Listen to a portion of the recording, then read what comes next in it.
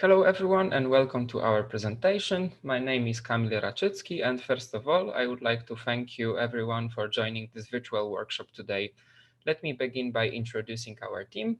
We are Master of Science students of Data Science at Wrocław University of Science and Technology in Poland. PhD Piotr Szymański and PhD Tomasz Kajdanowicz are supervisors of our study. We would like to present for you today our research named Spatial Data Mining of Public Transport Incidents Reported in Social Media. Our talk is divided into 7 parts presented on this slide. In the next 15 minutes, we'll try to introduce you to the topic and results of our research and answer the following questions. Why did we decide to conduct an analysis of the social media activity of a local public transport operator? What data did we use for the analysis, and what conclusions did we draw from the research? In the last decade, public transport companies have used social media to perform many communication functions. This has also been the case for our local public transport operator, which is MPK Wrocław.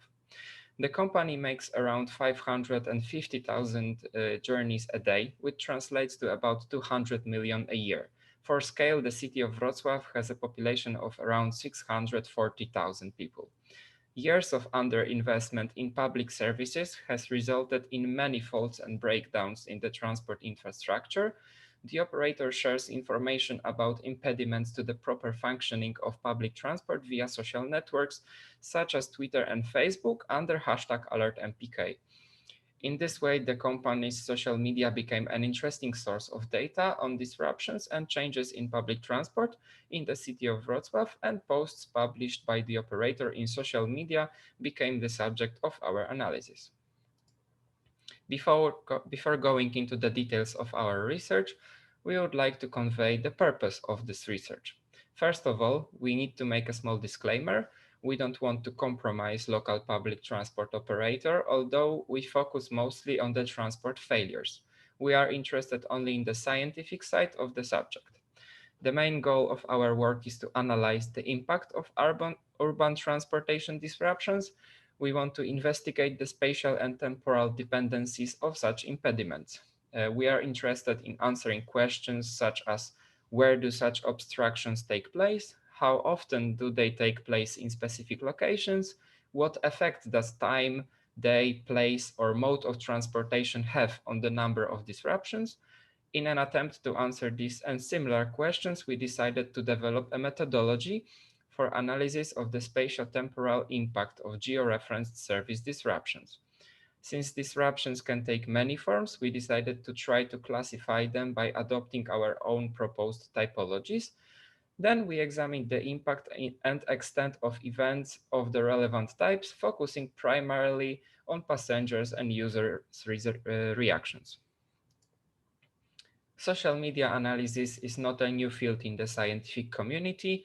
Surveys on the use of social media by public transport operators were already carried out almost 10 years ago, such as the work of Mrs. Susan Bregman. According to her research, already then 77% of the carriers used Twitter and almost half of the carriers used Facebook. Other studies we found in the field included analysis of the use of social media by operators, the automatic collection of passengers' opinions, the semi-automatic generation of responses, as well as the use of geolocalized tweets for mobility research. In this context, our contribution is novel in two ways. First, we built a social media communique classifier that is capable of detecting posts that inform about the disruption of service. And secondly, we built a geographic information system that allows understanding which areas are impacted by disruptions. On this slide is a sample post about a public transport obstruction. Of course, the original post is in Polish and has been translated into English by us for the presentation. And as you can see, the content of the post is nicely edited with emoticons, which makes it easier to understand the message. And these textual data points contain the spatial information that we were interested in extracting. The two main aspects we were interested in were obtaining a spatial understanding of the location of incidents, being able to relate them to passenger mobility characteristics. We extracted bus and tram stops positions and timetables from the GTFS open data repositories, as well as mobility information from the recent Metropolitan Area Mobility Survey, which divides the Wrocław area into regions and includes a SIM-based approximation of passenger exchange between regions. Between 2017 and 2019, we collected over 4,000 tweets, 1,500 Facebook posts with MPK communique concerning various topics of public transport operations. Additional metadata from social media was acquired from the content's publication date and reactions, including almost 25,000 comments collected. Because MPK Wrocław posts diverse messages on Facebook, hashtag #alertmpk was used to filter posts that reported incidents and other information concerning schedule changes. After filtering, there were 622 posts left for analysis. Using the date and time the information was posted, we were able to generate a heat map of the days of the week and hours of the day to see when there were the most disruptions to public transport. Of course, it is important to bear in mind that that information is often announced with a time lag that we are not able to measure or investigate. The specific language used in MPK posts can be identified. Posts with similar content tend to use the same template or a similar structure, as seen in the figure on the right. From the extracted raw data, additional information was obtained, like type of event, event lines affected by the timetable changes. We distinguished multiple types of content in the MPK posts. As good categorization of posts is essential in the context of future applications, we decided to propose the following typology for transport information: malfunctions, traffic accidents, random incidents, unknown type, event, renovation, and fix. And going into three main tags. First is malfunction, which is technical failures of infrastructure, like power outages and derailments, and some vehicle failures like broken pantograph or another vehicle malfunction. Second is traffic accidents, which includes accidents without MPK vehicles, and random incidents like unwanted random events, police intervention, fire brigade actions, aggressive passengers, or medical interventions.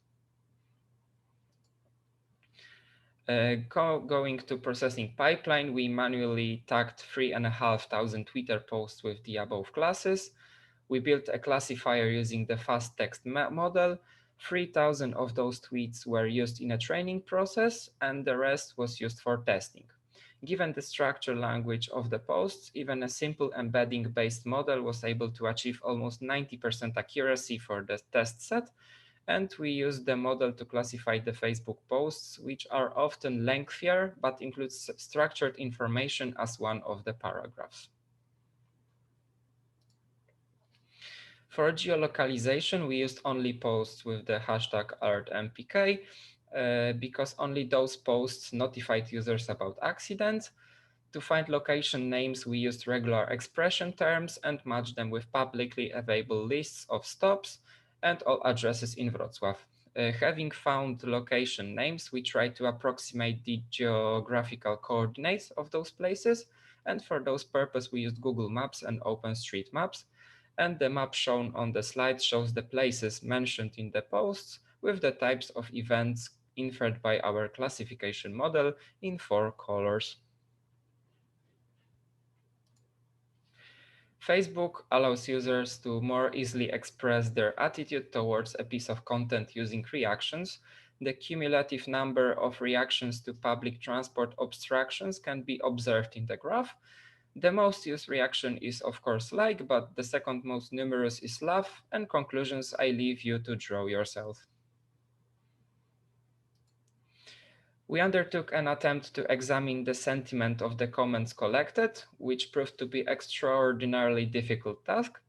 The main problem was to find out what attitude a particular comment had. Additionally, many of the comments had typos, were grammatically incorrect, and were filled with sarcasm, which was difficult to detect out of context with the content of the post. On top of that, we filtered out comments that referred directly to the carrier and examined their tone separately. The results presented here are only a preliminary approach, and further iterations would need to be done to obtain more reliable results.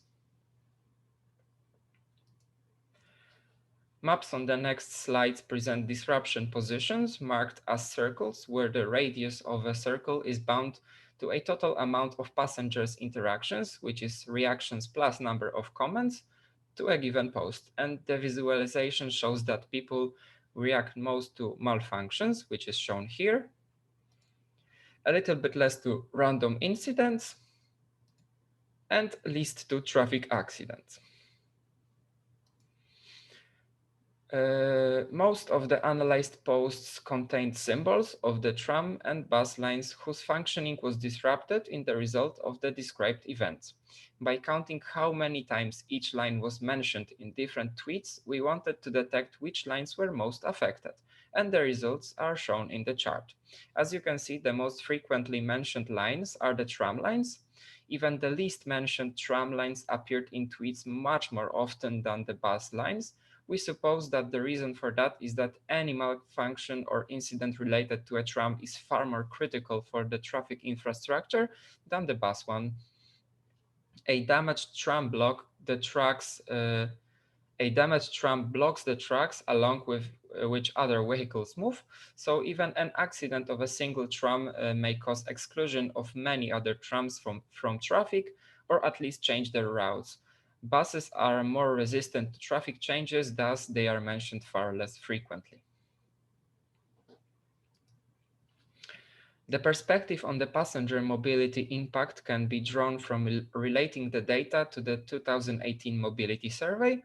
The survey provides raw data which includes SIM card-based trips counts between regions. We follow the assumption that tram derailment, bus accidents, and other public transport incidents negatively impact all means of travel on the affected mobility route and its alternatives in the surrounding region. We mapped the points of incidents to mobility regions in the study and aggregating the passenger counts for the hour at which the incident occurred. This allowed us to estimate that at least 700,000 passengers may have been impacted by service disruptions in the 244 weekdays in which incidents were noted, which is an average of 3,000 per day. And this is a lower bound estimation as it is calculated under the assumption that disruptions are fixed at most an hour, which is usually not the case. Moving on to summarize the results of our work, we first want to outline what we have done in the research. We collected the carrier's social media posts from 3 years. A systematic topology of messages was proposed. The magnitude of the social response has been discussed. We trained language models to automatically classify the collected posts, and the data was analyzed in the spatial temporal context, and the research was performed in a Polish language and the resource language in the context of social media analysis tools. And main conclusions are as follows. We have been able to successfully derive spatial understanding from the data. The correlation of the acquired knowledge with an external demographic set allowed us to estimate the number of passengers affected. And although our solution is not a universal tool, we showed that our approach provides useful information about the city transportation network and the impact the transportation disruptions have.